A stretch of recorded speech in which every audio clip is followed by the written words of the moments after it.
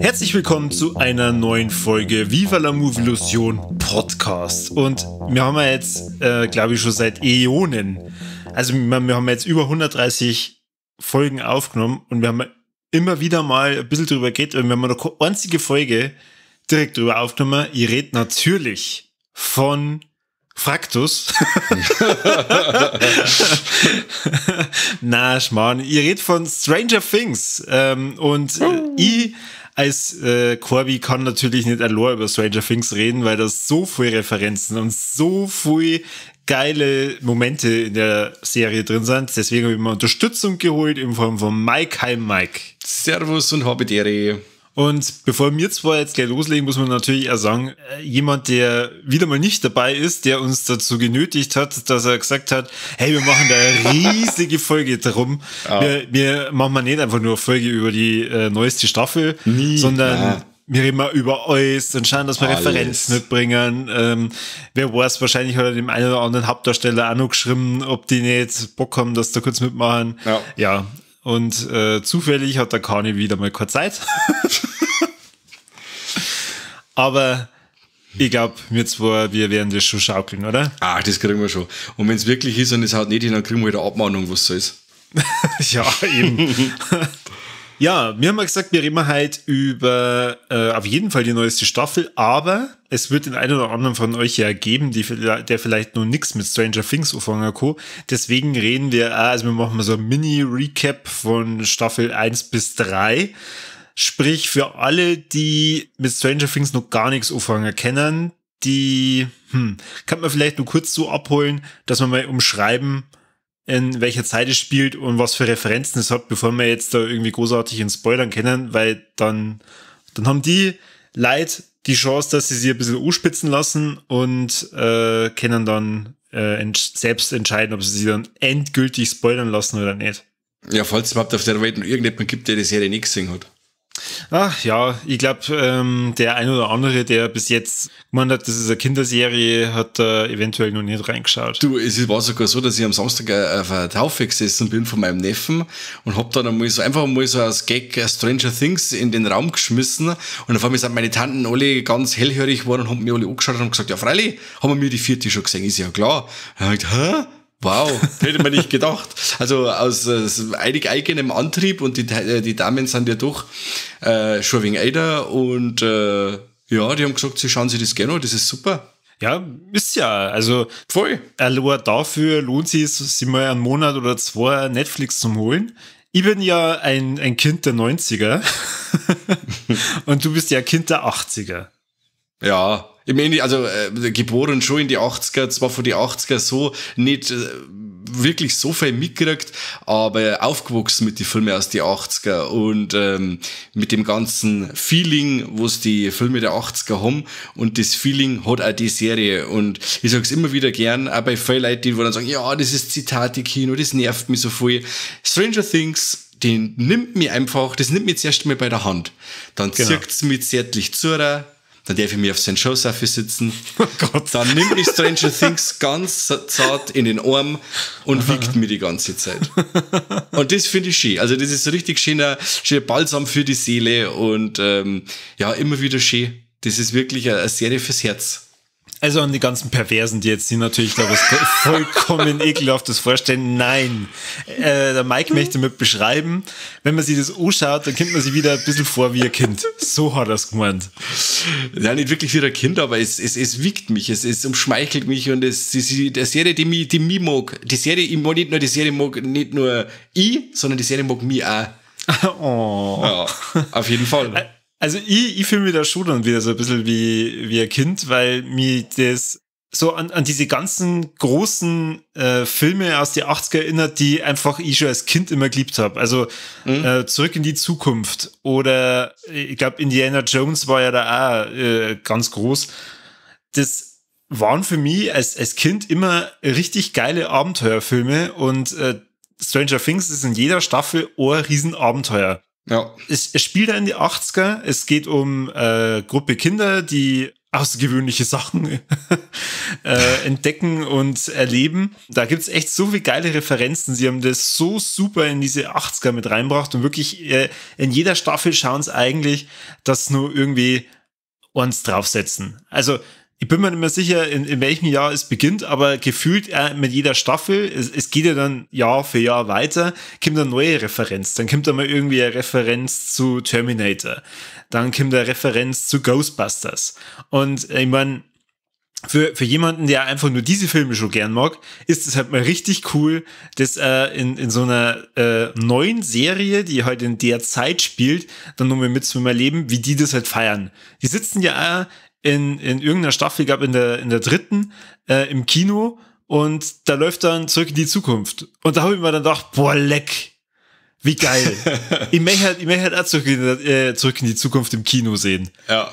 Ich muss echt sagen, bis ich diese Szene gesehen habe, bin ich noch nie auf die Idee gekommen, wie geil das wäre, Zurück in die Zukunft im Kino zu singen. Auf jeden Fall. Und die haben das alles schon, ja, die singen halt das Ganze im Endeffekt so, weil er halt zu der Zeit im Kino läuft. Du hast halt den Film schon 1000-mal gesehen im Fernsehen und sonst was, aber im Kino das zum Singen und das bei der Uraufführung oder auch der Weiße Hai oder sowas, so ja, wegweisende Filme, das ist schon, ja, war schon Schmankerl. Ja, auf jeden Fall. Ja, und wir schauen halt heute die Klassiker von morgen im Endeffekt, oder? Ja, richtig. Darfst du noch irgendeine Erklärung für Stranger Things, ohne dass wir jetzt großartig spoilert finden? Na, das ist schon gut so. Ich darf jetzt einfach mal ein bisschen über die ersten 3 Staffeln jetzt mal ein bisschen schwadronieren. Und wer da noch da sitzt, der hört dann noch was über die 4. Genau. Also ab jetzt geht's so in die Richtung Spoiler. Ich habe ja vorhin gesagt, es geht da um ein paar Kinder, die befreundet sind, die vor allem sehr gerne Dungeons and Dragons spielen, also das Würfelspiel, wo man halt ganz viel mit seiner Fantasie machen muss und da gemeinsam Abenteuer gegen Monster bestreiten. Wie es der Zufall so will, taucht ein reales Monster auf einmal in deren Stadt auf, und zwar in Hawkins in Indiana. Das müsst ihr euch nämlich merken, das ist nämlich gar nicht so unwichtig. In Hawkins passieren nämlich ständig Stranger Things. Ja, und die radeln halt da umeinander und wollen eigentlich dann gerade nach Hause fahren, und bei dem Weg zum Nachhausefahren verschwindet einer der 4 Freunde, und zwar der Will Byers. Die anderen heißen Mike, Dustin und Lucas. Und ja, in der ersten Staffel geht es im Prinzip darum, wo zum Teufel ist der Will und wie findet man den wieder. Und dazu kommt natürlich nur eine der anderen wichtigen Figuren, und zwar die Elf oder Elfie, wie sie es in der ersten Staffel nur nennen. Mike, wer ist die Elfie? Was ist da los? Die Elfie, die entkommt quasi aus einer Forschungseinrichtung in Hawkins, dem Hawkins Lab, einfach umgangssprachlich genannt, und die hat psychokinetische und ja, die ist im Endeffekt ist der X-Men. Die hat coole Kräfte, die kann auf alle Fälle Sachen bewegen. Psychokinetische Kräfte, sehr gut, sehr gut. Ja, und die Elfie, die ist im Endeffekt total verstört, sage ich jetzt einmal. Und der Mike, der nimmt die Elfie quasi bei sich auf und hält sie im Keller, genau, und nimmt es bei sich auf und lässt bei sich im Keller wohnen. Ja, und die Jungs beginnen halt dann mit ihr Freundschaft zum Schließen. Weil sie dann relativ schnell merken, irgendwie hat sie eventuell irgendwas mit dem Verschwinden vom Will zu tun. Genau. Weil in der Nacht, wo sie ihren Will suchen, finden sie dann die Elfie im Wald, die ja eben auf der Flucht war. Und so wie es du erklärt hast mit, sie verstecken sie im Keller, das hat ja auch schon Referenzen zum Film der 80er, oder? Ja, völlig. E.T. natürlich. Genau, sie behandeln sie wie E.T. Das heißt, sie verkleiden sie dann einmal. Sie kriegt sogar einmal so Perücken aufgesessen, dass du sagst, ja, das kann ja direkt schon die Perücke sein, die der E.T. auch aufgehört hat an Halloween. Genau. Also sagen wir mal, in Stranger Things geht es dann nicht nur um die Kinder, sondern auch um die Geschwister und Familie dieser Kinder. weil natürlich sucht er die Mutter und der Bruder von Will überall nach ihm und machen sie da brutal viel Sorgen. Und dazu kommt auch noch der Hopper, das ist der Polizeichef von Hawkins, der natürlich dann auch damit beauftragt wird, den Will zu suchen und dem halt da auch sehr viel dran liegt, den wiederzufinden. Der Hopper wird gespielt vom David Harbour, genau. Viele Leute kennen ihn vielleicht als den neuen Hellboy. Den neuen, wahrscheinlich letzten Hellboy, den er so spielen durfte. Und die Mutter von Will, die Joyce, wird gespielt von der Winona Ryder, oder? Ryder. Genau. Die, wo eigentlich nur genauso ausschaut wie vor 20 Jahren. Die kannst du ja mit Keanu Reeves zusammen da. Brutal, die Frau ist krass. Und liefert in Stranger Things, glaube ich, ihre beste schauspielerische Leistung überhaupt ab. Die ist wirklich stark. Also, wo ich das erste Mal die erste Staffel gesehen habe, ich habe da wirklich richtig mit ihr mitfühlen können. Ich finde niemand in dieser Serie vermittelt dieses, boah, scheiße, ich mache mir gerade so viel Sorgen um mein Kindgefühl wie sie. Absolut.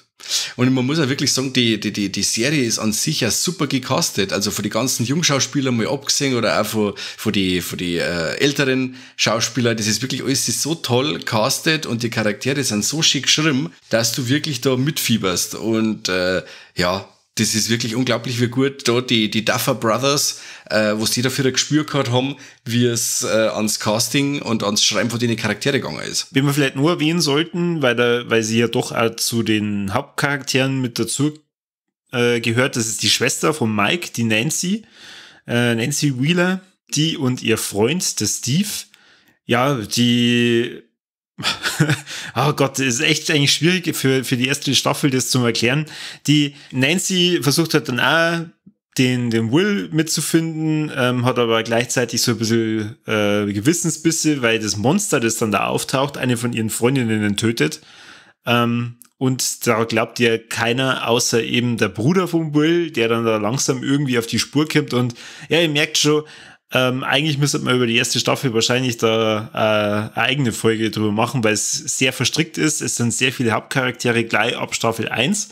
Man kann aber sagen, im Endeffekt, die Elfie, die aus dem Labor ausbricht, die wird dann von den Leuten, die in dem Labor arbeiten, gejagt, weil sie hat ein Tor aufgemacht, durch das dieses Monster, über das ich vorhin immer wieder gesprochen habe, in die reale Welt gekommen ist. Und da machen wir wieder einen Bogen zu Dungeons and Dragons, weil die Jungs, die haben das irgendwie schon im Gespür gehabt. Die haben nämlich in ihrem letzten Abenteuer den Demogorgon, oder? So heißt der? Demogorgon, ja. Demogorgon versucht zu besiegen. Und der ist tatsächlich von der Schattenwelt, also praktisch die umgekehrte Realität, in die Realität gekrochen und hat den Will entführt. Genau. Und der Will sagt ja im Endeffekt auch noch, bevor er dann zum ersten Mal, quasi, wenn sie trennen, die Jungs, und bevor der Will dann entführt wird, sagt er noch, ja, Black Laffer mit dem Spiel und der Demogorgon hat mich geschnappt. Zack. Und er kommt nie mehr daheim an, oder er kommt dann nicht mehr zu Hause an. Die haben es quasi schon Foreshadowing betrieben. Genau. Elfie, wie schon gesagt, hat durch ihre psychokinetischen Kräfte bei dem Ausbruch oder was heißt aus Versehen, vielleicht mit Absicht, wer weiß, dieses Tor in diese Schattenwelt geöffnet, ist dann abgehauen und die im Labor untersuchen halt jetzt dieses Loch, haben natürlich ein riesen Interesse daran, was da so abgeht, und haben aber dann auch immer wieder mal mit diesem Demogorgon zu kämpfen. Ja. Ende von Staffel 1 ist, die Kinder besiegen mit Hilfe von der Elfie den Demogorgon, und zwar so, dass sie sich schützend vor ihre Freunde stellt und den Demogorgon, ein furchtbares Wort, auflöst und dabei allerdings selbst verschwindet. Bam, bam, bam. Bam, bam, bam, genau. Die Joyce und der Hopper sind in der Zwischenzeit ins Labor eingebrochen und haben durch dieses Tor, das die Elfie ja da geöffnet hat, den Will in der Schattenwelt gesucht, gefunden und gerettet. Genau. Ja. Dann Staffel 1 vorbei, alle sind scheiß traurig, weil Elfie weg ist. Alle sind traurig, wirklich alle. Ich war auch traurig, weil dann dachte, Wie kann man so eine saugeile Figur einführen und dann einfach wieder verschwinden lassen? Das geht einmal gar nicht. War ja also schon stinkwütend, hat man gedacht, Staffel 2, mach's besser. Ich habe damals noch gemeint, wo das rausgekommen ist, das war irgendwie so ein Eintagsding, quasi so eine Staffel, dann Ende. Und dabei ist dann, Gott sei Dank, die Ankündigung gekommen, es geht weiter. Juhu. Staffel 2 beginnt ein Jahr später. Und es ist kurz vor Halloween. Die Jungs machen weiter wie davor auch schon. Der Will ist ein bisschen verstörter. Und der Mike ist natürlich traurig, weil seine Freundin, die Elfie, weg ist und jeden Tag versucht er sie zum Funken in der Hoffnung, dass sie ihn irgendwie hört. Da muss ich sagen, ist ein grausamer Start, weil natürlich lassen die Serienmacher da erstmal im Unklaren, ob es mit der Elfie irgendwie weitergeht oder nicht. Aber sie kommt Gott sei Dank wieder. Wir Zuschauer merken, der Hopper hat sie relativ schnell, oder was heißt schnell, nach ein paar Tagen im Wald gefunden, wo sie durchgeschlagen hat. Sie hat es nämlich geschafft, von der Schattenwelt wieder zurück in die Realität zu kommen, weil beim Auflösen von dem Monster ist sie irgendwie in die Schattenwelt gerutscht, ist dann durch ein Loch wieder zurück in die Realität und hat sie dann erst einmal im Wald verkrochen. Der Hopper hat es mit aufgenommen und ist für sie jetzt praktisch der Vaterersatz. Genau. Weil wir bis jetzt so wenig Hauptcharaktere hatten in der ersten Staffel, hat sie der ein oder andere gedacht, packen wir doch in die zweite Staffel gleich nochmal ein paar mehr Hauptcharaktere mit dazu. Unter anderem die Mad Max. So, und jetzt darfst du erklären, wer die Mad Max ist. Die Max, die zirkt nach Hawkins mit ihrem Bruder, dem Billy. Und der Billy ist ein wenig so ein Bully, so ein Draufgänger, der hört Metal und Rock und so. Das ist einer von den Besen, oder? Das sind immer die Besen, die wo Rock und Metal hören. Wie der Kani, genau. Die Max, im Endeffekt, sie taucht auf und der Lucas und der Dustin haben sofort hin und weg von ihr und wollen ihr eigentlich gefallen oder wollen es umgarnen, sage ich jetzt einmal. Ja, auf alle Fälle wird die Max nach und nach, kommt die dann zum Team, zum Freundeskreis der Jungen mit dazu und wird quasi aufgenommen im Club der Verlierer. Naja, nicht so einfach. Also sagen wir mal, der Dustin und der Lucas sind dann natürlich sofort dafür. Der Will hat nur Bedenken, weil der Will eigentlich nur Dungeons and Dragons spielen. Und der Will ist sowieso der Winsler der Serie. Ja, richtig. Also, ich hasse. Das ist der einzige, den ich wirklich hasse. Er hat halt auch einfach von Anfang an einen scheiß Start gehabt. Das stimmt. Aber er ist halt einfach Winsler. Er zieht das wirklich bis zur 4. Staffel jetzt dann durch. Und in der 4. ist dann richtig grauslich. Also er ist der Will der Winsler. Will der Winsler, ja. Er hat in der 2. Staffel auf jeden Fall richtige Probleme, weil die Schattenwelt ist nicht ganz ohne irgendwelche Nebenwirkungen an ihm vorbeigegangen. Mhm. Er hat ständig Visionen und Verbindungen zur Schattenwelt.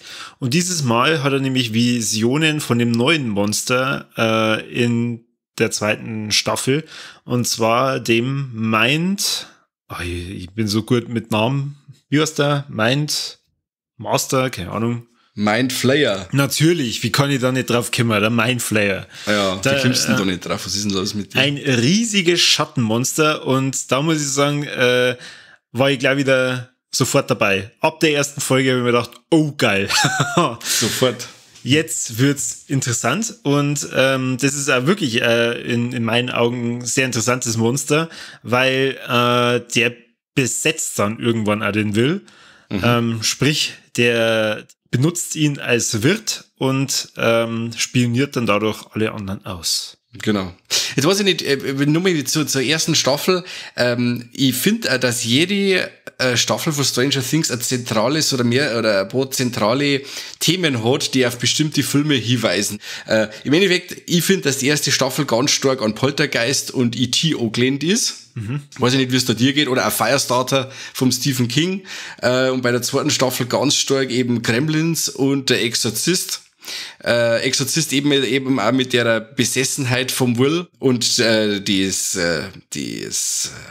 Anspielung dann auf Gremlins ist eher dann das, wo man sagt, okay, der Dustin findet ja dann einen von den kleinen Demogorgon-Hunde oder Demo-Hunde und zieht das dann quasi auf. Und das finde ich irgendwie, das ist ganz stark an Gremlins angelehnt. Ja, gebe ich dir recht. Habe ich tatsächlich jetzt noch nicht so die Referenz dazu gezogen mit Gremlins. Okay. Aber ja, gebe ich dir recht. Also, hast du was anderes gesagt? Was sagst du, in der zweiten Staffel geht es eher was anderes? Oder hast du gesagt, in Staffel 1 tust du das dem noch was anderes? In der Staffel 2 ist es für mich ganz deutlich Ghostbusters. Okay.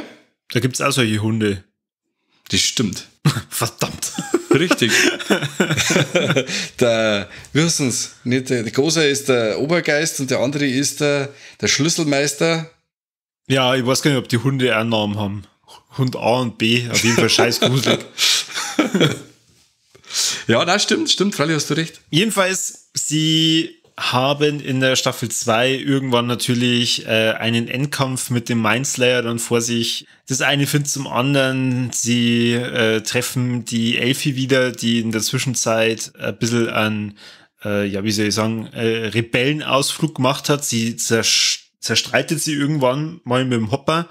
Der hat ihr halt ein paar Regeln auferlegt, unter anderem, dass sie halt das Haus nicht verlassen darf. Und sie denkt sich dann irgendwann, jetzt reicht's aber, jetzt mag ich aber raus. Sie ist auf der Suche nach ihrer Mutter, findet die auch und findet aber dann auch noch eine ehemalige, wie nennt man das, Laborkameradin.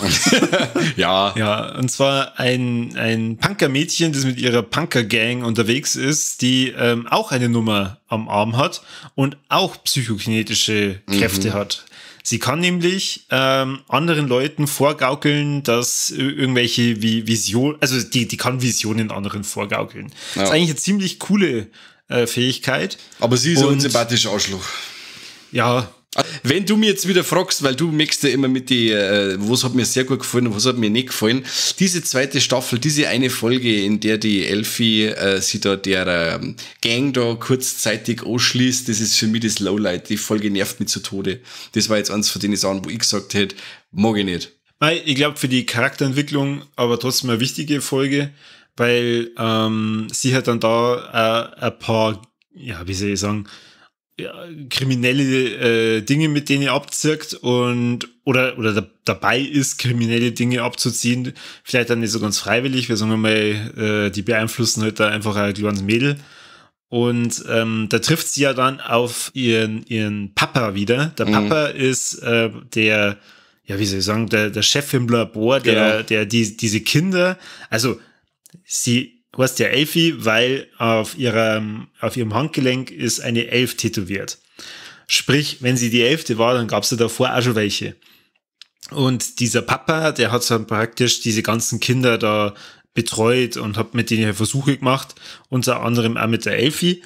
Und ich weiß nicht mehr, ich glaube Nummer 8 war glaube ich, das Punker-Mädel, die dort halt dann einmal eine Vision erschaffen, damit die Elfie halt dann auf den Papa trifft.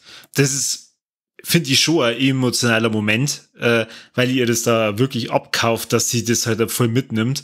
Aber ich weiß, was du meinst. Es passt halt irgendwie nicht so ganz in die restliche Atmosphäre von der Staffel rein. Ja. Und sie brechen doch dann einmal bei irgendjemandem ein und bedrohen den dann. Ja, genau. Das wird dann auch gefilmt und so und das hat mich ganz stark an Henry, Portrait of a Serial Killer, ein bisschen erinnert.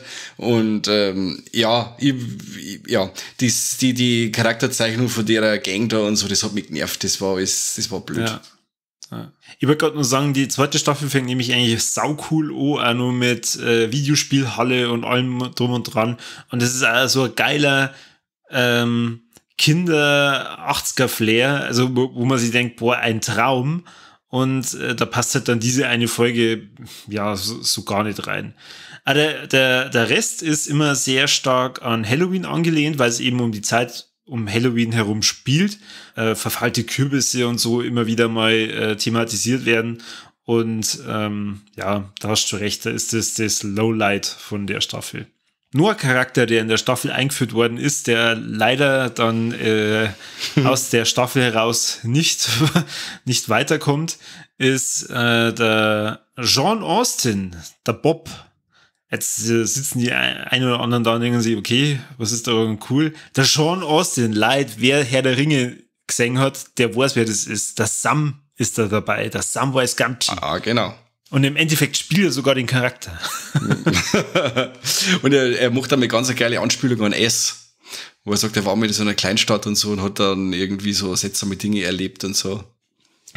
Weil er sagt er nicht sogar mit irgendeinem Clown oder irgendwie so. Ich weiß jetzt, ich bring's nicht mehr zusammen, aber das war hundertprozentig eine S-Referenz, die er da raushaut.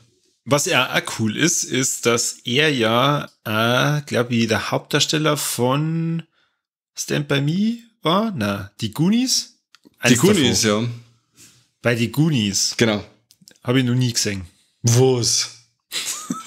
Du möchtest einen Filmpodcast machen und hast Goonies noch nie gesehen. Was ist mit dir los? Wie alt bist du? Ich wiederhole das, was ich am Anfang gesagt habe. Du bist ja Kind der 80er. Also da unterscheide ich jetzt gar nicht, ob du in die 80er geboren bist oder da viel Filme der 80er sehen konntest. Ja. Ich habe das ernst gemeint, ich bin ein Kind der 90er. Und Goonies ist halt für mich dann da ein bisschen zu alt. Scheiße.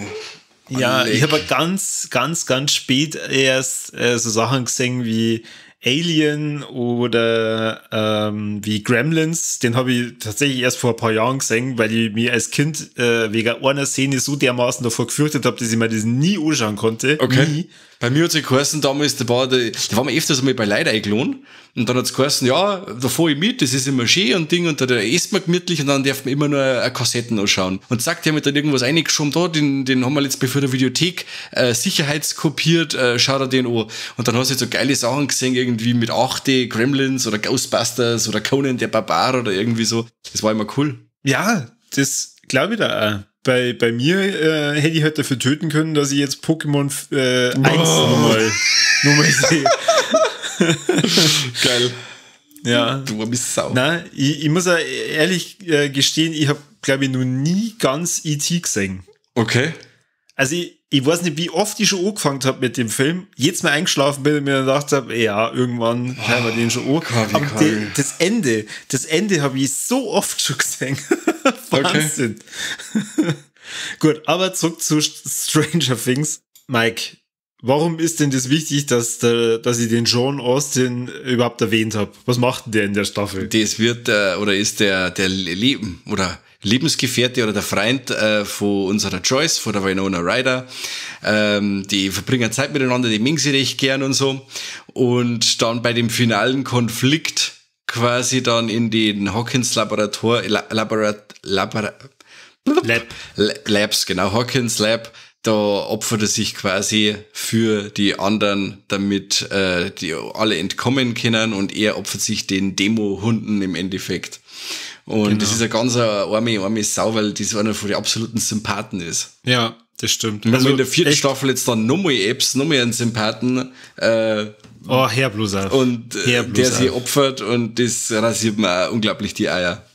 Wir reden ja, glaube ich, die 4. Staffel. Da sind mehrere Momente, die Eierrasiermäßig unterwegs sind, ja. Ja.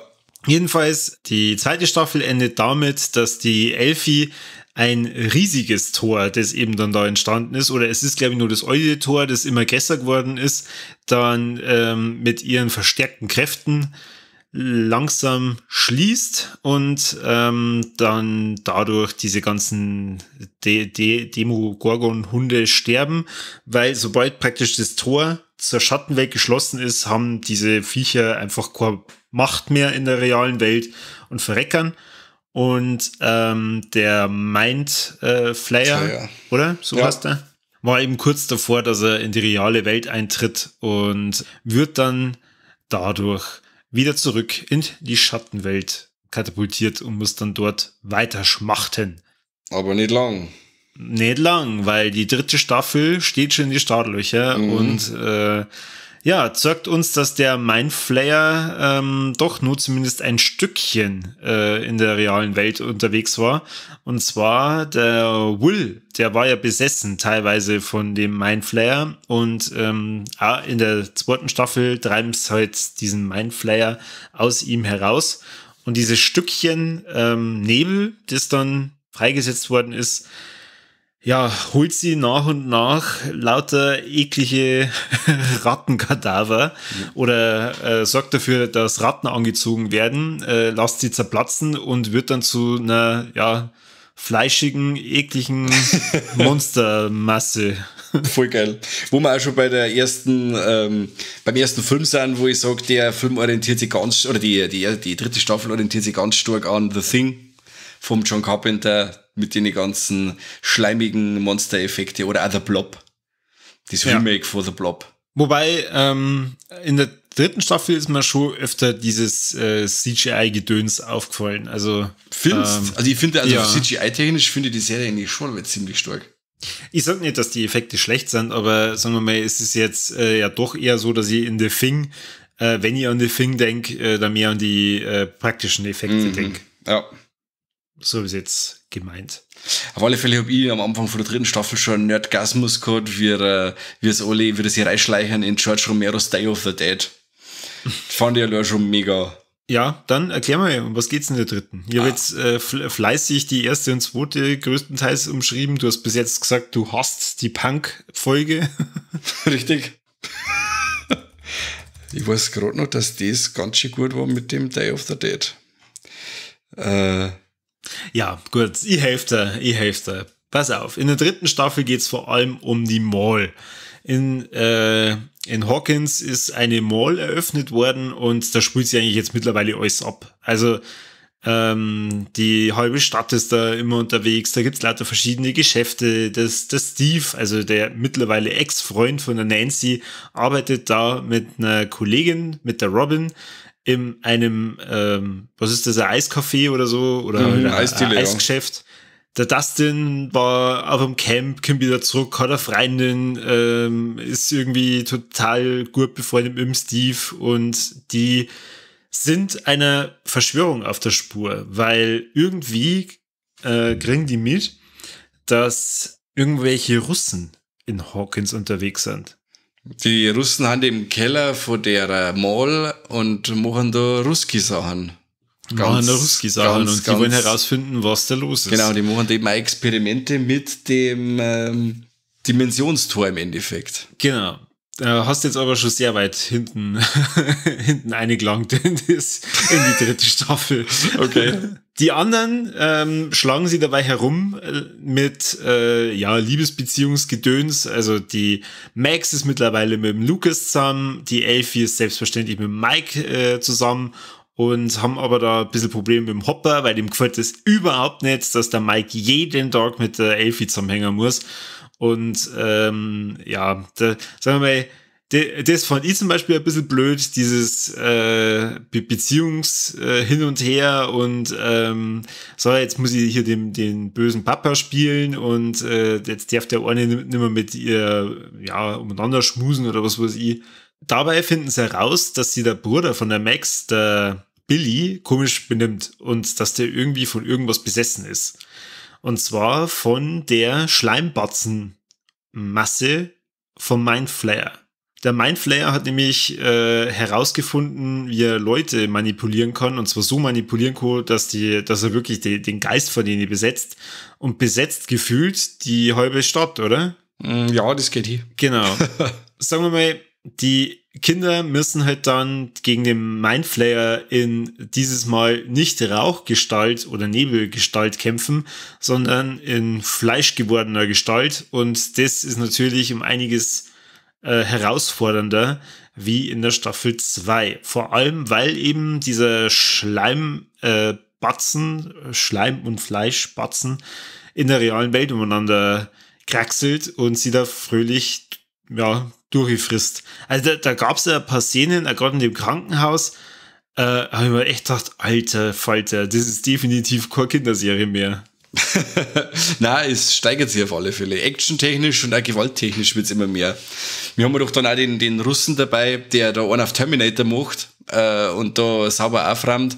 Der kennt auch keine Gnade und da geht's ziemlich rund. Schon in der dritten. Ja. In der vierten steigert er sich dann nochmal, aber die dritte war schon das Highlight an Härte der Serie. Es gibt nur ein paar Charaktere, auf die sind wir jetzt gar nicht so eingegangen, die sind teilweise auch schon seit der zweiten Staffel dabei, zum Beispiel der Murray, Der Murray ist ein Verschwörungstheoretiker, so würden die jetzt mal bezeichnen, den der Hopper irgendwie über Umwege kennenlernt und der Erna halt dann auch dabei hilft, zum Beispiel diese russische Verschwörung ein bisschen aufzudecken. Die Joyce und der Hopper kommen nämlich dann dem auf die Spur. Und am Ende des Showdowns sind dann Joyce, der Hopper und ich glaube der Murray zusammen mit den Russen kurz vor dem Öffnen oder Schließen des Schattenwelttors. Und dabei opfert sie der Hopper und stirbt. Vermeintlich, genau. Die Kinder besiegen halt in der Zwischenzeit den Mind Flayer und dabei opfert sich der Billy, der dann unvermeidlich tatsächlich stirbt. Sehr bitter. Hobby Ming. Echt? Ja. Ich fand den sehr unsympathisch. Okay. Nein, ich war früher auch so. Nein, ich fand ihn irgendwie, das war mir so ein anderer. Der war einfach so der Rowdy-Typ und Rockherrn und und Mädels abgreifen und so und alle schmachten es noch an. Und ja, ich fand den schon cool. Das war mir was anderes.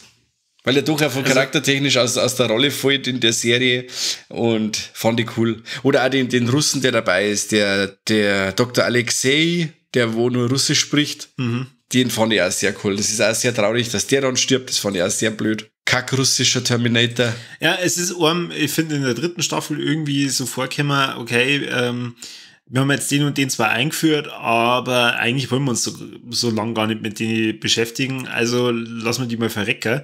Mhm. Bis dahin habe ich mir auch gedacht, okay, die Kinder kommen ja immer irgendwie aus der ganzen Sache raus. Tja, und damit würde ich jetzt in die 4. Staffel einleiten, weil dem ist nicht so. Zumindest waren jetzt in der 4. Staffel, die teilweise echt krasse Längen haben, also diese Folgen. Ja. Die letzte Folge dauert über 150 Minuten. Ja, 2 Stunden 30, oder? Ja. So, ja. Da passiert natürlich wieder einiges. Also es ist mittlerweile noch mehr Zeit vergangen. Es ist alles also ein bisschen auseinandergegangen. Die Joyce ist mit dem Will, mit der Elfie und mit dem Bruder von Will, mit dem, wie heißt der? Der Bruder von Will. Hey, du hast auch so ein Namensgedächtnis. Der Charlie. Der Jonathan. Der Charlie. Charlie heißt der in echt. Der Jonathan, richtig. Mit dem Jonathan weggezogen. Zum einen zum Schutz ein bisschen von der Elfie, dass die halt da nicht noch weiter gesucht wird von den bösen Labormenschen oder von der Regierung. Die sind nämlich da auch mittlerweile auf der Suche nach ihr. Sondern auch, sie sagt halt, in Hawkins ist so viel Scheiße passiert, da muss sie damit abschließen und sie will da weg. Auch zum Schutz vom Will, dass der halt auch ein normales Leben hat. Und nachdem der Hopper natürlich gestorben ist das für sie alles doppelt scheiße. Aber im Endeffekt weiß man ja, wenn man die Post-Credits-Scene von der letzten Folge von der 3. Staffel sieht, weiß man eigentlich schon, dass der Hopper überlebt hat, oder? Warum? Weil hast du die gesehen, die Post-Credits-Scene? Na, das siehst quasi so einen russischen Gulag, so ein Gefängnis, und dann gehen zwar so Russen an einen Gang entlang und sie wollen jetzt die Monster irgendwann verfüttern und dann möchte einer eine Tür aufsperren und sagt, nicht den Amerikaner, und dann gehen sie eine Tür weiter und dann weißt du schon, okay. Ja. Russenexperiment und Russenexplosion kann der Hopper bei den Russen sein. Ja, okay, doch, die Szene habe ich gesehen, aber da war ich mir dann auch nicht ganz sicher, ob sie vielleicht einen Murray oder so auch noch vielleicht erwischt haben. Und sagen wir mal so, dass in einem russischen Gefängnis mehr als nur ein Amerikaner sitzt, hätte mich jetzt auch wieder nicht gewundert.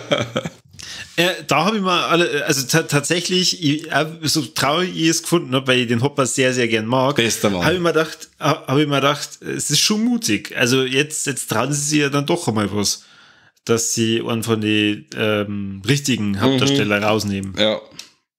Na, sonst nicht. Sie machen wirklich nur allerweil so schnell eingeführte und dann abgesagelte Charaktere, die lassen es dann sterben. Aber so im Großen und Ganzen von dem Kernteam, oder auch die da teilweise auch dazukommen, so wie jetzt auch die Robin zum Beispiel, die bleiben. Da gibt's nichts. Da müssen gerade mal dann so andere Charaktere draufgehen, wo man sagt, okay, die hat mir jetzt ins Herz geschlossen und dann sagelt man es schnell ab. Die Robin finde ich auch einen sehr sympathischen Charakter. Super. Also die mag ich eigentlich auch ganz gern. Jetzt fällt mir gerade ein, die 4. Staffel darf für die ein bisschen frischer sein wie die 3. Deswegen erkläre ich jetzt gar nichts mehr. Du darfst jetzt mal erklären, um was es in der 4. Staffel geht. Ja, du aber noch den Ereignissen in Hawkins und das Dahinscheiden, das vermeintliche Dahinscheiden vom Hopper ziehen die Winona Ryder und ihre Kinder samt Elfie nach Kalifornien, war das, gell? Die Zurückbleibenden in Hawkins versuchen, so gut wie es geht, mit der ganzen Sache klar zu kommen. Der Dustin und der Mike, die kommen in so eine Clique dazu, den, wie heißt das heißen? Hellfire Club, genau richtig. Kommen zu dem Hellfire Club dazu, da wo man auch meint, was werden sie denn da treiben? Und dabei ist im Endeffekt bloß ein Club, wo es auch dieses Dungeons and Dragons Spiel machen. Der Lucas wiederum versucht irgendwie in Richtung, mehr Anerkennung, versucht dann beim Basketballteam unterzukommen und hat eine richtig coole Will Smith Frisur, also Will Smith in Richtung Prinz von Bel-Air Frisur. Genau. Im Endeffekt haben wir jetzt ganz viel aufgesplittete Handlungsstränge, die dann hoffentlich bald wieder alle zusammenlaufen. Und das fand ich ziemlich cool, dass man sagt, man reißt die Gruppe jetzt auseinander und jeder hat sein eigenes Abenteuer im Endeffekt und jeder muss irgendwas machen und erledigen und am Schluss oder in der Mitte fügt sich das dann wieder alles zusammen. Und der Schachzug war ziemlich cool, weil die Dynamik zwischen die Charaktere finde ich immer Weltklasse, weil das einfach so ist wie bei S oder eben Stand By Me, so die eingeschworene Teenie-Clique oder Jugendklicke und in dem Moment, oder in dem Fall haben sie jetzt eben auseinandergerissen und dann, wenn sie eben wieder mal zusammenkommen oder aufeinandertreffen, dann ist die Freude natürlich umso größer. Und auf diese, dass man jetzt so viele Handlungsorte hat, fand ich das trotz der langen Spielzeiten vor einige Folgen extrem kurzweilig, weil eben immer was passiert und immer irgendwo eine brutale Dynamik drin ist. Ich finde, das ist ja gerade bei den letzten Folgen extrem aufgefallen, wie kurzweilig das ist. Voll. Also, ich meine, 150 Minuten, 80 Minuten, ich glaube auch die letzte Folge von dem ersten Teil von der 4. Staffel hat ja auch um die 70 oder 80 Minuten oder so dauert. Ja. Und mir ist das alles so kurz vorgekommen, weil Voll. eben ständig Schlag auf Schlag irgendwas passiert und du fieberst da so mit. Und also da muss ich echt sagen, 4. Staffel hat mir das nochmal um einige stärker wiedergegeben, dass ich jetzt gerade ein Kind bin, das sie eben da eins dieser Abenteuer anschaut. Die 3. Staffel fand ich zwar insgesamt cool, aber diesen Handlungsstrang mit den Russen fand ich irgendwie affig. Also, du kriegst jetzt in der 4. noch viel mehr Russen. Weil wir haben nämlich noch einen Handlungsstrang eben, dass der Hopper ja jetzt wirklich bei den Russen ist und in einem Gulag gefangen ist und Gleisbau machen soll die Gleise bauen und der versucht im Endeffekt mit der Joyce Kontakt aufzunehmen und zum sagen, hey Freunde, ich lebe noch und versucht die meiste Zeit aus dem Gefängnis rauszukommen. Das war eher so ein Handlungsstrang, wo ich sage, das hat sich ein bisschen, lasst halt endlich mehr raus da, weißt, das war halt oftmals... Das hat sie gezogen, ja. Ja, wo man dann sagt, okay, jetzt hat er's, aber wieder nicht, scheiße. Das fand ich nicht so abwegig, wie dass ein riesiger Tunnel unter der Mall ist, wo dann die Russen irgendwelche Experimente machen, weil dass er in Russland in einem russischen Gefängnis ist, ja. Okay, bin ich dabei. Ja, aber das ist der Kalte Krieg, Alter. Die haben Amerika in der 3. Staffel schon unterirdisch invasioniert, Alter. Ah, so. Ja, da kenne ich mich geschichtstechnisch nicht so gut aus.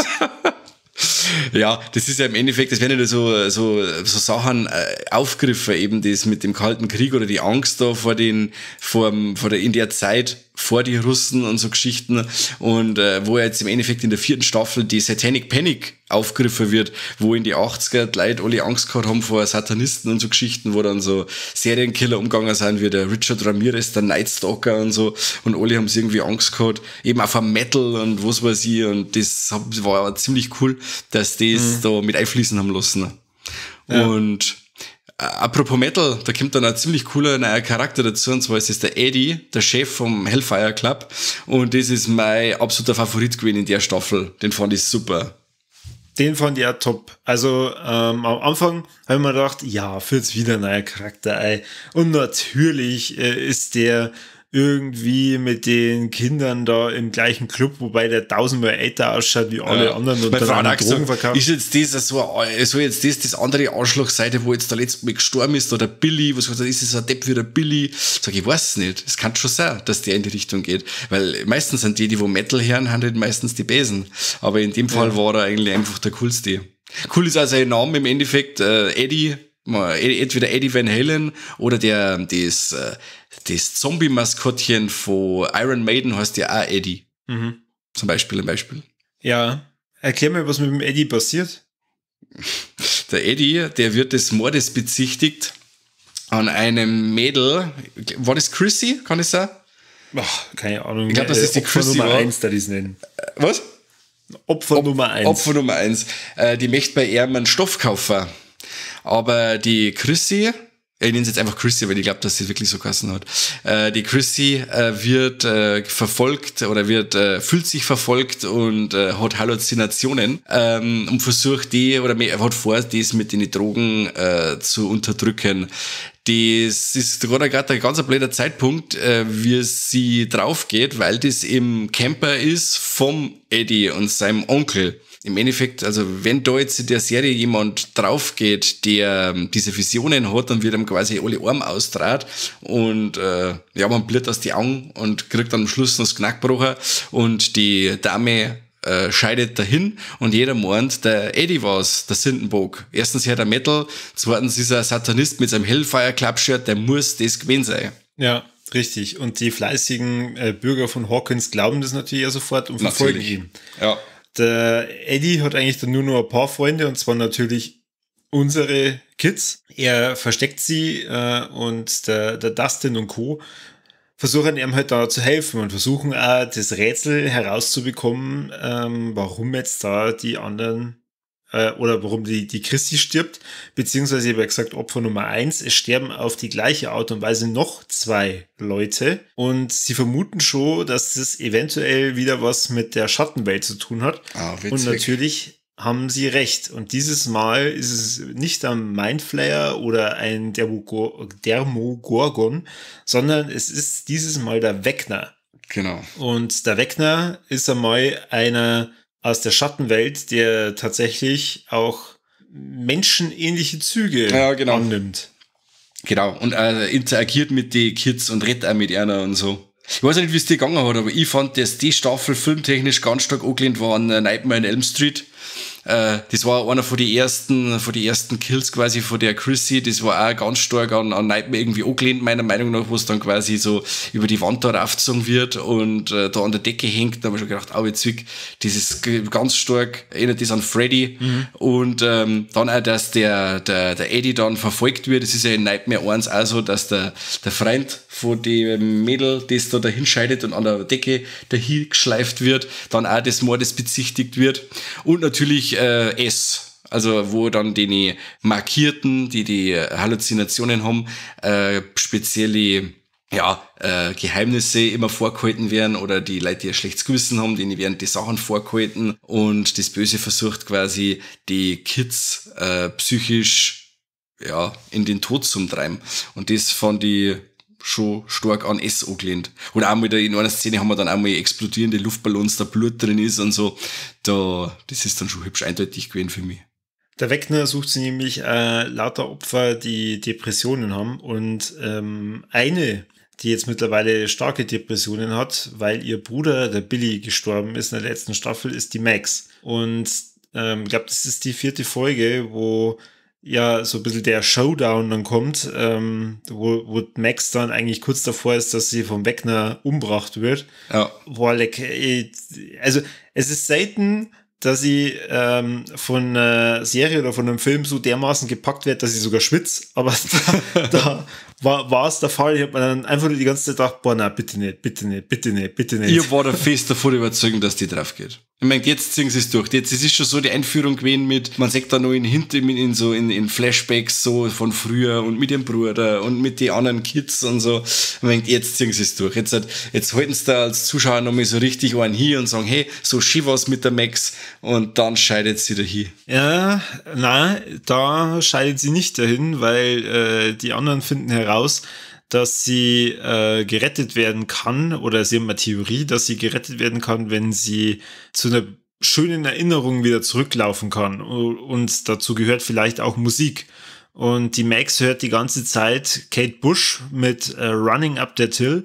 Und die Folge endet dann so, dass die anderen ihr die Musik vorspielen und sie dann da vom Wegner davor rennen kann. Und das, also zum einen, seitdem kenne ich das Lied. Und zum anderen Hammer. Also wirklich hammergeil. Als die Folge aus war, habe ich zu meiner Frau gesagt, boah, leck, Gott sei Dank. Und gleichzeitig, wow, war das eine richtig gute Folge. Also das war richtig stark. Auf jeden Fall. Wirklich, wirklich super.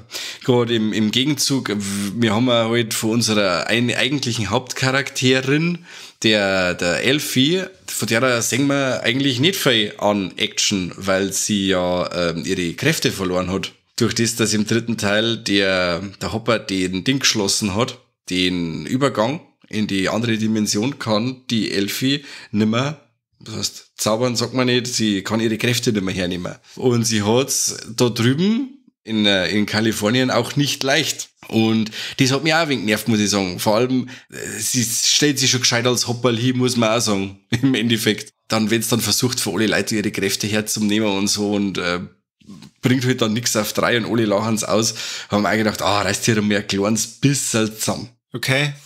Also für das, dass sie ja von Haus aus schon so ein verschlossener Charakter ist, weil sie ja in einem Labor groß geworden ist, mit relativ wenig Interaktion mit anderen Kindern, oder also mit anderen richtigen Kindern, sage ich jetzt mal, habe ich das schon realistisch gefunden, wie sie sich da verhält. Also ich hätte es jetzt wirklich affig gefunden, wenn sie jetzt so dieses normale Teenie-Leben geführt hätte, weil das hätte einfach eine passt. Also für alle, die bis jetzt noch weitergehört haben und Stranger Things noch nie gesehen haben, sie ist wirklich, gerade in der ersten Staffel, eine, die sagt nur ganz, ganz wenig.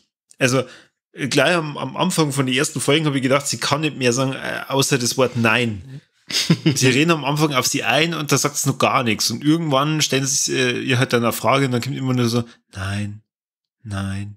Da fand ich es halt dann schon fast wieder sehr, sehr gut, wie sie da reagiert hat. Okay. Natürlich ist es eine total Dreckssituation und ich hasse Mobber wie die Pest, da gerade dann bei solchen Schulen. Und auch die eine Tussi, die sie da die ganze Zeit mobbt, hat alles verdient, was die in ihr Gesicht eingekriegt,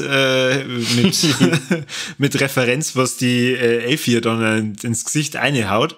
Aber ja, seien es Details, da müssen wir jetzt nicht so direkt drauf eingehen. Ja. Aber du hast recht, also sie hat ihre Kräfte verloren und es geht halt dann ein Stück weit darum, sie wird von einem ehemaligen Labormitarbeiter dann aufgesucht, dann auch darüber informiert, dass die Regierung auf der Suche nach ihr ist und er einen Weg kennt, wie sie an ihre Kräfte zurückkommen kann.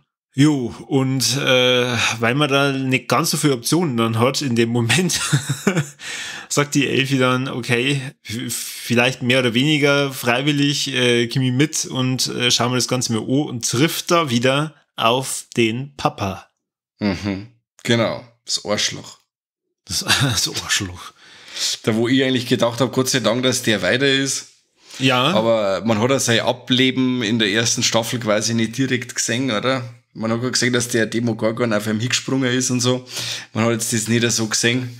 Aber ja, einer von den Hasscharaktere, und ich hätte eigentlich gehofft gehabt, wir hätten nach der ersten Staffel hätte sie erledigt. Aber dabei, Wir nehmen dann nochmal in der 4. einiges an Platz ein. Ja, richtig. In der 4. hat man nämlich mehrere Flashbacks, die Elfie dann nämlich ja selbst miterleben kann durch das Nina-Projekt von ihrer Kindheit. Und da sieht man dann auch, wie der Papa mit den anderen Kindern, mit den anderen Nummern umgegangen ist und was die für psychokinetische Wettbewerbe da eigentlich durchgeführt haben.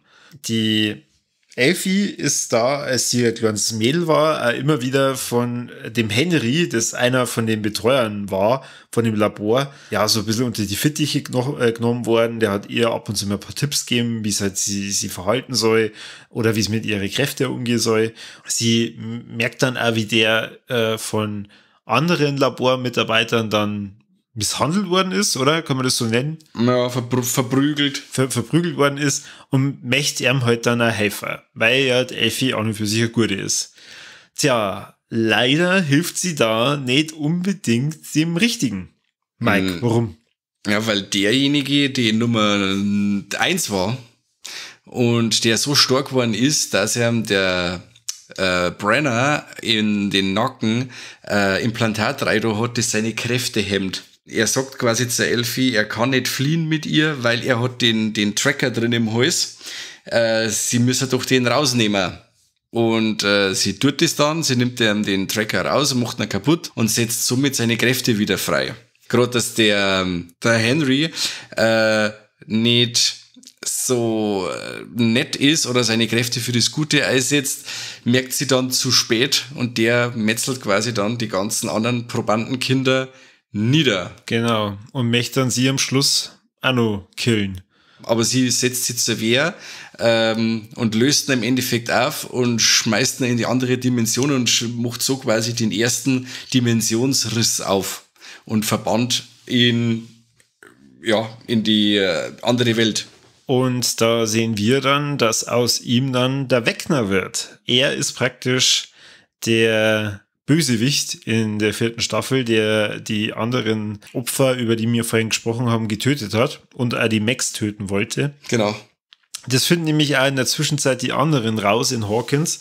Also Nancy, Steve, die anderen Kinder, also Max, der Lucas, der Dustin, die kriegen das dann alles in der Zwischenzeit raus.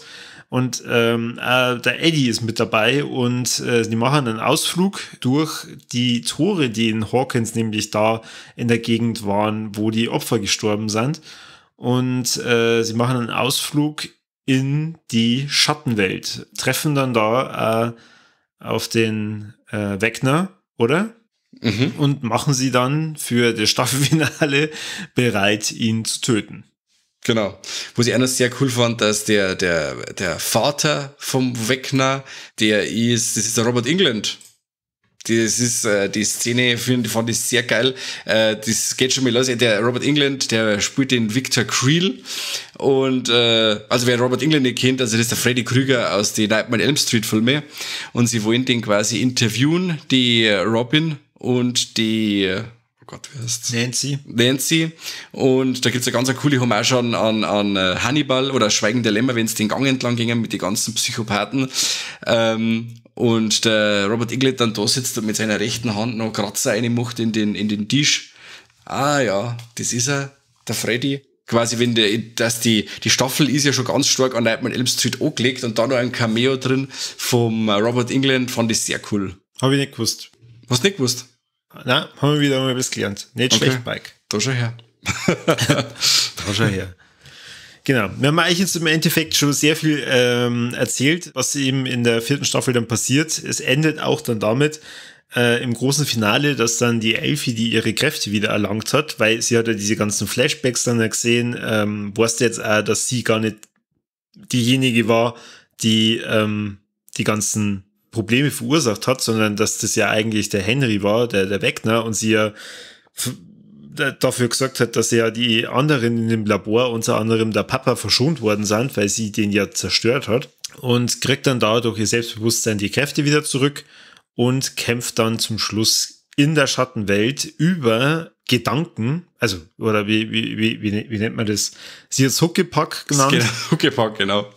mit der klassischen Badewanne mit Salz aufgelöst und lässt quasi ihren Geist auf Wanderschaft gehen und ist dann quasi auf der anderen Seite drüben und nimmt den Kampf mit dem Vecna auf. Genau, rein über ihre geistigen Fähigkeiten. Genau. Weil sie ist ziemlich weit weg von Hawkins und schafft es halt dann nicht rechtzeitig nach Hawkins durch die Tore dann zum Vecna. Sie kann aber durch ihre telepathischen Kräfte immer wieder halt dann sie zu ihren Freunden hindenken und kriegt halt dann damit, was die da planen, dass die eben da den Kampf gegen den Vecna aufnehmen. Und beschließt eben dann über die Max, dass sie ganz fest an sie denkt, über diese Salzwanne gegen den Vecna zu kämpfen. Und der Vecna, der hat's halt auf die Max abgesenkt, weil sie ist ja die potenzielle 4.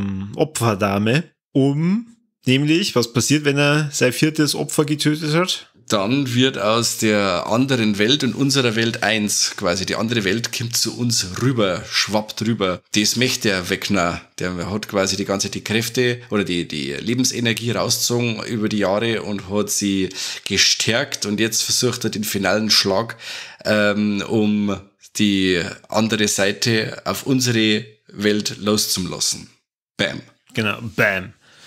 Ja, und in diesem ikonischen Kampf, wo unsere Freunde sie dann auftrennen und da an mehreren Fronten kämpfen, wo unter anderem der Eddie ein ziemlich geiles Musikstück aus seiner Gitarre klimpert, und zwar Seek and Destroy von Metallica. Na, das ist Master of Puppets, ist das.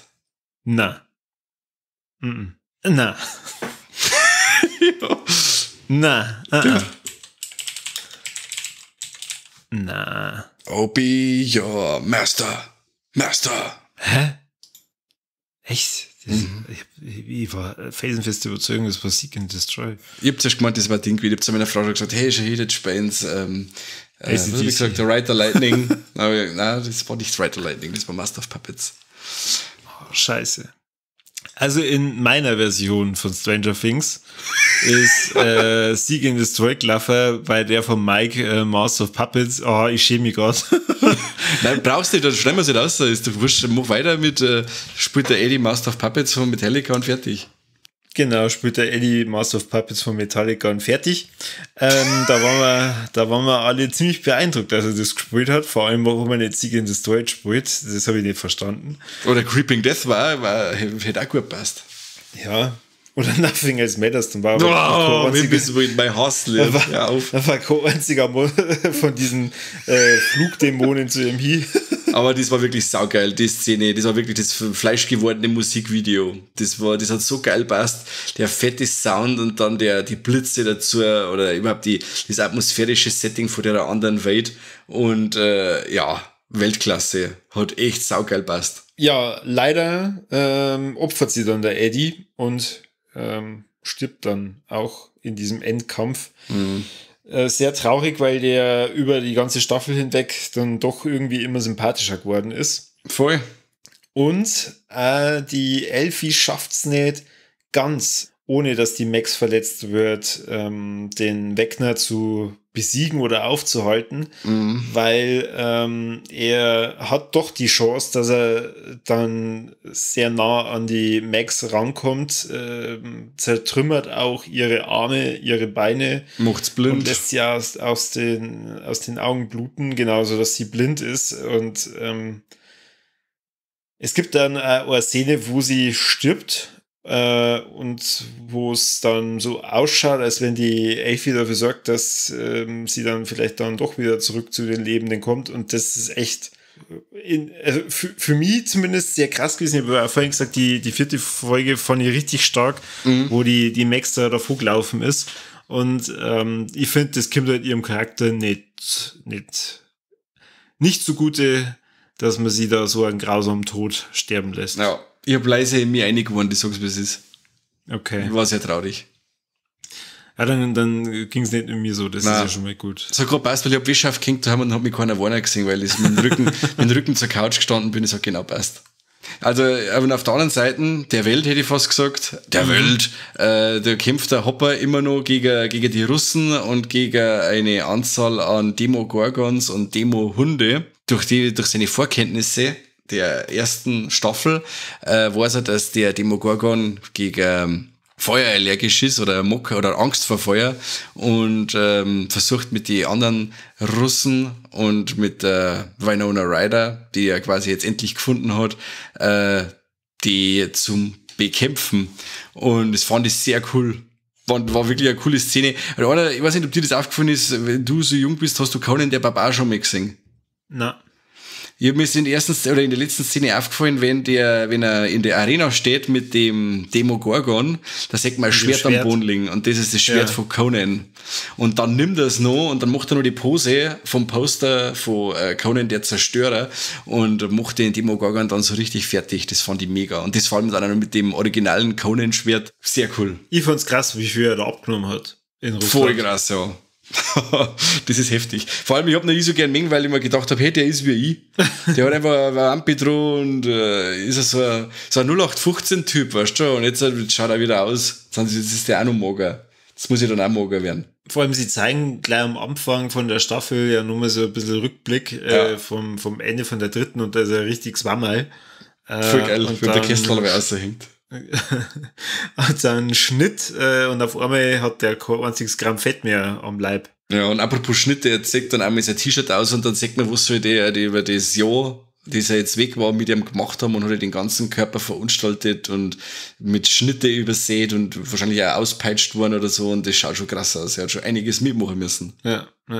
Arme Sau. Genau, jedenfalls auf der anderen Seite besiegt dann natürlich der Hopper mit der Joyce und dem Murray und nur einem anderen russischen Freund den Demogorgon und die Demogorgon-Hunde. Und da sieht man aber auch in einer Szene, dass die Russen, die diese Hunde und den Demogorgon da gefangen gehalten haben und untersucht haben, auch eine Kabine haben mit einem komischen Nebel da drin. Mhm. Und das schaut ganz stark nach einem Mindflayer aus. Das heißt, er ist immer noch nicht tot. Man vermutet doch sehr stark, dass es in der finalen Staffel von Stranger Things, in der 5. Staffel, eventuell dann doch wieder gegen den Mindflayer geht. Ja, und der Ding ist ja auch nicht komplett draufgegangen, der Wegner, oder? Der ist ja auch bloß aufgehalten worden. Also ich schätze, es wird am Schluss, also die 5. Staffel wird nochmal so ein Kampf der Titanen werden. Es wird einmal vom Dustin erwähnt, dass die Demogorgons praktisch die Fußsoldaten sind. Genau. Der Wegner ist so eine Art Sternegeneral und der eigentliche Boss ist eben der Mindflayer. Genau. Und der Wegner macht im Endeffekt den Michael Myers Move. Da fliegt er doch aus dem Fenster und dann ist er weg.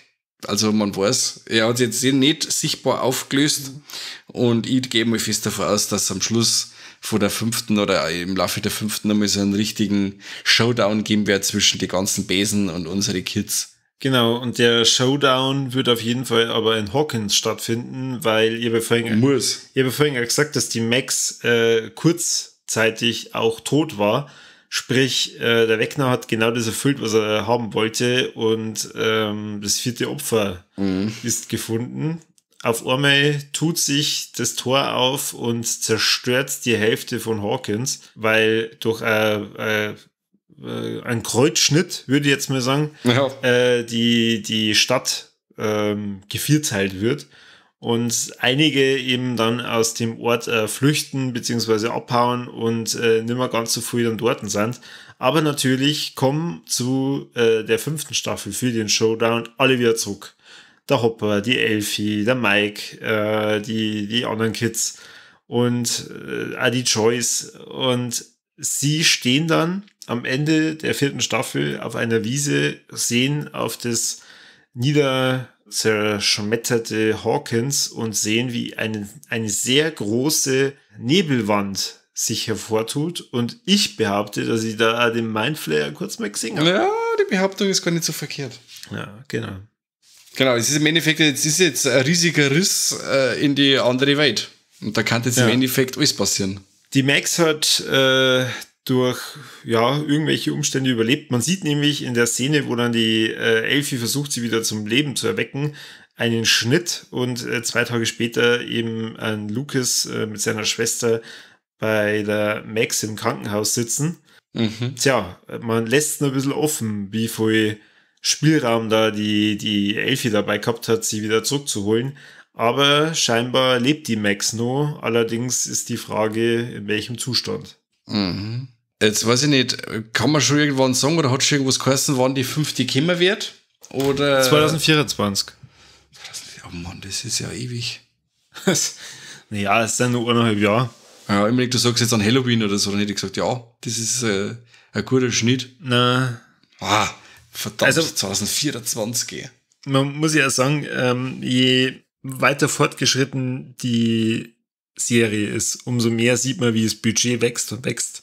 Und ich glaube, für die letzten 3 Folgen oder so von der 4. Staffel sind jeweils irgendwie um die 30 Millionen ausgegeben worden. Wahnsinn.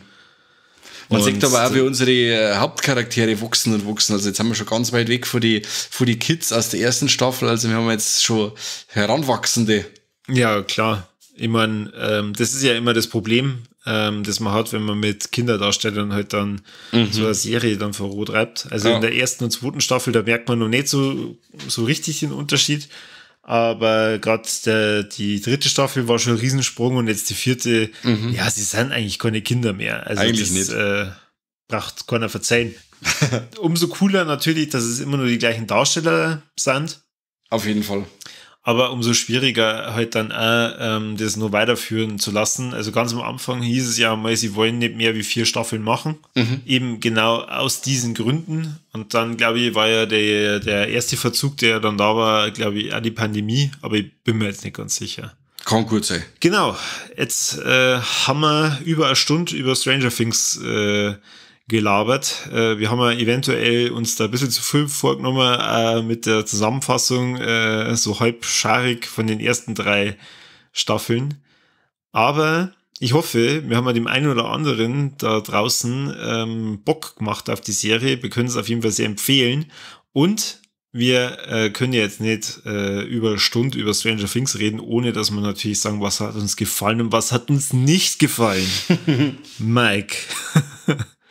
Jetzt kannst du mir so richtig über den Will ablästern. Ja, also der Will, wie gesagt, von Anfang an ein Winsler, zu Recht in der anderen Welt gefangen, zu Recht besessen vom Mindflayer. Seine Frisur ist genauso beschissen in der ersten Folge bis zur letzten Folge einfach kacke. Und wie gesagt, er sitzt immer da und dann hängt ihm das Gesicht da oben und dann, wenn alle anderen Spaß haben, dann, ja, ich bin nicht dabei und bla bla bla.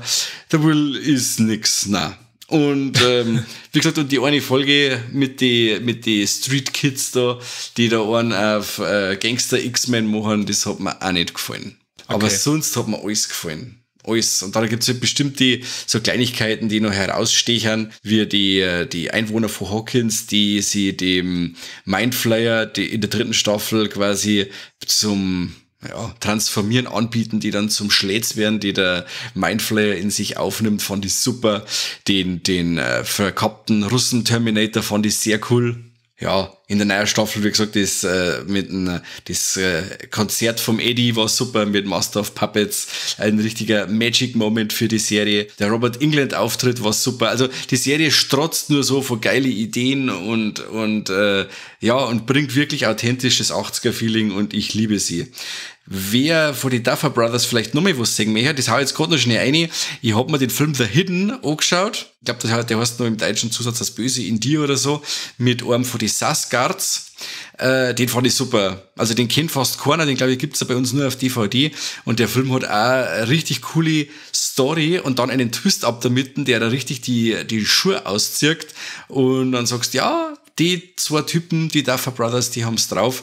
Die kannten einmal was richtig Cooles aufstehen. Und was haben's gemacht? Stranger Things. Passt alles zusammen. Ich liebe die Serie bis auf Kleinigkeiten. Was sagst du? Was sag ich? Ich kann mich da eigentlich größtenteils anschließen. Also, ich liebe die Serie auch. Sie ist richtig geil mit den ganzen Referenzen. Ich mag dieses Nerdtum sehr. Und also das Zusammenspiel zwischen den ganzen Kindern, was mich einfach manchmal immer wieder ein bisschen verliert, sind die Handlungsstränge von der Nancy, vom Jonathan und auch teilweise vom Steve. Also das, was wir mit dem Steve ab der 3. Staffel gemacht haben, fand ich sehr cool, weil ich mir dann gedacht habe, ja, jetzt lassen sie ihn einmal so sein eigenes Ding machen, schon natürlich auch mit dem Dustin und mit der Robin und so, aber er macht halt so eine richtige Charakterentwicklung durch. Und das fehlt mir ehrlich gesagt bei der Nancy und beim Jonathan, also vor allem beim Jonathan, total. Auch das, was in der 4. Staffel ist mit dem Umeinanderkiffen und was weiß ich, das ist keine Charakterentwicklung, das ist einfach nur langweilig. Das ist das, was mich so stört. Die haben sogar mal in echt beieinander, oder? Der Jonathan und die Nancy. Ja. Ah ja, okay. Hat meine Frau mir was gesagt, die mag dann ein wenig Gossip noch schauen, wenn es irgendwie eine coole Serie gibt. Und die zwei sind in Wirklichkeit auch ein Paar. Mein Lieb. Voll. Ich wollte nur das kurz kommentieren, wegen dem Will. Ich kann das total nachvollziehen, aber ich habe es ja auch ein bisschen zum Eingang schon gesagt. Für das, was der erlebt hat in der Serie, war alles andere ein bisschen strange, wenn der so fröhlich jetzt durchs Leben hüpft, wie halt der Rest und sie halt dann denkt, ja, ist alles cool. Also wundert mich gar nicht, dass der Bur kaputt ist. Okay. Aber braucht es dann die Frisur? Aber mal davon abgesehen, zu seiner Verteidigung, die Frisuren von alle sind beschissen in der 4. Staffel, von alle. Ja, das stimmt. Die 80er wieder mal, die 80er. Ja, voll. Na. Genau, und ansonsten unser Triple Threat ist, glaube ich, teilweise bedient und zum großen Teil einfach gar nicht, weil es ja doch mehr in Richtung Kinder geht. Also wir sehen höchstwahrscheinlich keine Titten, oder? Nein. Und Trompeten auch nicht? Nein. Aber tote Tiere, massiv, da gibt's einiges. Da haben wir gerade in der 3. Staffel ja ein Feuerwerk an toten Ratten. Also das stimmt. Wer Ratten überhaupt nicht leiden kann, der wird sich denken, die 3. Staffel Stranger Things wird hoch und runter laufen wie Sau. Richtig geil. Oder ist nicht sogar so, dass ein Haufen Kier sterben, mal nicht an in der 3., oder? Oder ist es die 2., wo auf dem Feld die Kier angefressen umeinander liegen? Das weiß ich nicht mehr. Egal. Mir war jetzt gerade nur das Reh eingefallen, das in der 1. Staffel stirbt. Ja. Und die Katze in der 2. Staffel. Sonst haben wir es, meine ich, oder? Ich glaube, sonst haben wir es. Schaut es euch an und dann seid mit, wie viele aber die Viecher das gibt. Genau, schaut es euch an und also sehr zu empfehlen. Es ist viel zu viel Handlung, als dass wir das in eine Stunde reinpacken könnten. Also Kani hätte es natürlich locker geschafft. Da waren der Mike und ich einfach bloß dabei gewesen, dass wir ab und zu mal nicken und sagen, Und ja, 4. Staffel, meiner Meinung nach die beste. Ja, deswegen, ihr könnt es voll und ganz genießen, wenn ihr noch gar nichts mehr anfangen könnt, wenn wir jetzt da ein bisschen Bock drauf haben. Viel Spaß bei Stranger Things und beim Abenteuerleben und ans Zurückfühlen mit Filmen wie E.T., die Goonies oder Nightmare on Elm Street. So oder Poltergeist oder Stand By Me oder Stephen Kings S oder allgemein Stephen King. Also dieses Kleinstadt-Setting da mit Kids, die sich zusammen raufen gegen eine Übermacht und so, das ist schon ganz stark alles an Stephen King angelegt. Und Balsam für die Seele. Ich folge ihm auf Twitter und ich glaube, der hat in den letzten Wochen so viel über Stranger Things geschwärmt wie wahrscheinlich die halbe Twitterschaft. Okay. Da kann ich verstehen. Ja. Ansonsten, ihr dürft natürlich auch weiterhin fleißig unseren Podcast hören. Gebt uns Tipps und Anregungen, was wir als nächstes besprechen sollen. Mayhem haben wir schon ganz oben auf der Watchlist. Das werden wir auf jeden Fall machen. Aber überhaupt wünscht euch Filme mit der Samara Weaving, die schauen wir immer gern. Genau. Drahtser-Filme mit ihr und schickt es uns, dass wir dann da mehr zu besprechen haben. Also, ob Jugendfeier oder nicht, scheißegal. Okay. Das darfst du selbst damit entscheiden. Dann ich jetzt mal behaupten. Ja, unbedingt. Ansonsten viel Spaß beim Zuhören und viel Spaß beim Zugucken von Stranger Things und bis zum nächsten Mal beim besten Podcast der Welt. Ich sag jetzt nicht, oder von Hawkins. Sag ich nicht. Sag's bitte nicht. Nein, ich sag's nicht. Das sparen wir uns. Bis dann. Ciao. Servus, für euch.